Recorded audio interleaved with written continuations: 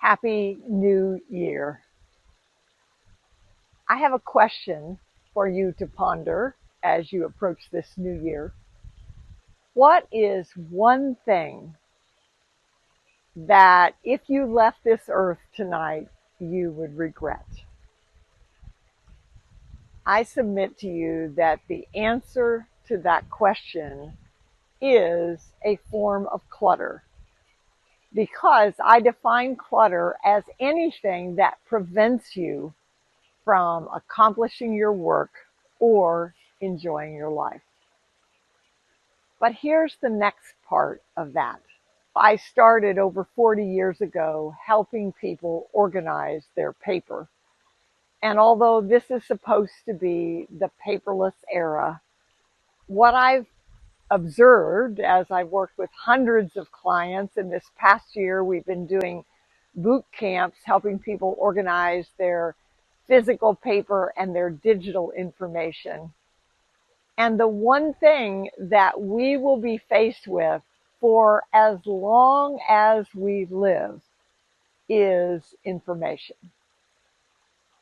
And I invite you to consider that every goal that you have in life, whatever that regret that you would have if you left this earth, it's a form of clutter, but in order to accomplish that goal, you have to have the right information at the right time. And that's what I've spent over 4 decades doing. It's not getting any easier. It's actually getting more difficult because now we have to deal with the paper, but also the digital information and the complexities of systems within companies and across platforms makes doing things so difficult. But I hope that you will take heart, because we've discovered that there is a way you can do it if you have a system. And we use the acronym SYSTEM, saving you space, time, energy, and money. So I don't know what your goal is for this coming year, but I can assure you that whatever it is, it will require you organizing the information that you have. And many of you, I know from the conversations I've had, have tried many times, and you get systems started, but you don't maintain them.